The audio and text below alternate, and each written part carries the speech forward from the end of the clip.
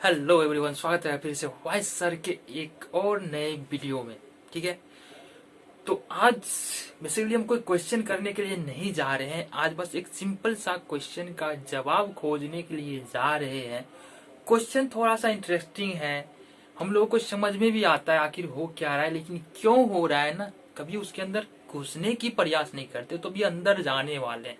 ठीक है, आपके सामने आप पढ़ चुके हैं, आप यदि 9th और 10th में है या 11th 12th में है, आप पढ़ के निकल चुके हैं √2, √5, √7, √11। ये सारी की संख्याएं, सारी की सारी संख्याएं कौन सी संख्या होती है? अपरिमेय संख्या होती है। ये सारी की सारी संख्या कौन सी संख्या होती है? अपरिमेय संख्या होती है। अब क्वेश्चन हमारा ये है कि ये अपरिमेय संख्या इसको क्यों कहेंगे? ठीक है, इसको अपरिमेय संख्या क्यों कहेंगे? ये इस क्वेश्चन का जवाब आज हम खोजने के लिए जा रहे हैं। ठीक है, तो बने रहिए। ठीक है, अब जानने वाले हैं कि इसको हम अपरिमेय संख्या क्यों बोलेंगे। ठीक है, तो इसको जानने के लिए ना सबसे पहले हमको समझना पड़ेगा कि परिमेय संख्या किसको कहेंगे। परिमेय संख्या किसको कहेंगे? ठीक है, तो ये हम जानते हैं परिमेय संख्या का रूप जो होता है ना, वो P/Q होता है और Q 0 के बराबर नहीं होता है, यानी कि Q बराबर 0 कभी नहीं होगा। ठीक है, और P और Q क्या होगा?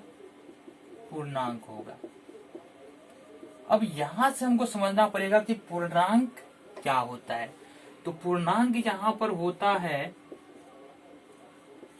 पूर्णांक होता है हमारा या तो 1 2 3 4, 0 1 2 3 4, और इसी तरह से माइनस में 1 2 3 4।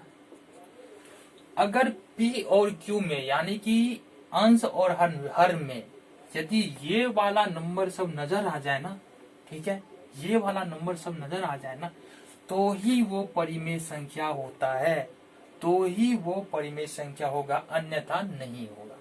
ठीक है, अब √2 के बारे में बात करते हैं। तो √2 को √2/1, अब ये P/Q के तो फॉर्म में आ गया, P/Q के फॉर्म में आ गया।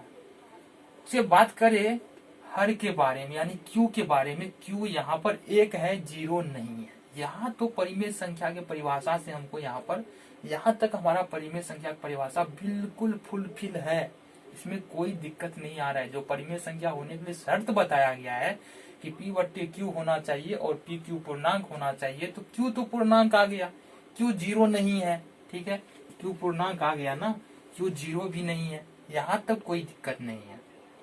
लेकिन जैसे ही बात करते हैं इस √2 की, तो क्या √2 इस पूरे समूह में कहीं भी नजर आएगा? नहीं आएगा।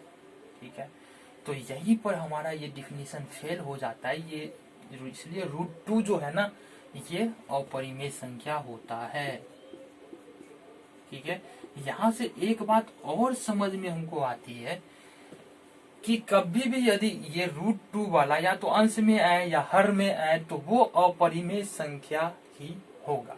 बहुत सारे कंट्राडिक्शन, बहुत सारे जगहों पर ऐसा नहीं भी होता है। जैसे हम बात कर ले 2√7 और √7, अब इसकी बात कर ले तो यहाँ पर क्या है, अंश में भी परिमेय संख्या और हर में भी, अंश में क्या है, अपरिमेय संख्या है ना √7, और हर में भी है अपरिमेय संख्या √7।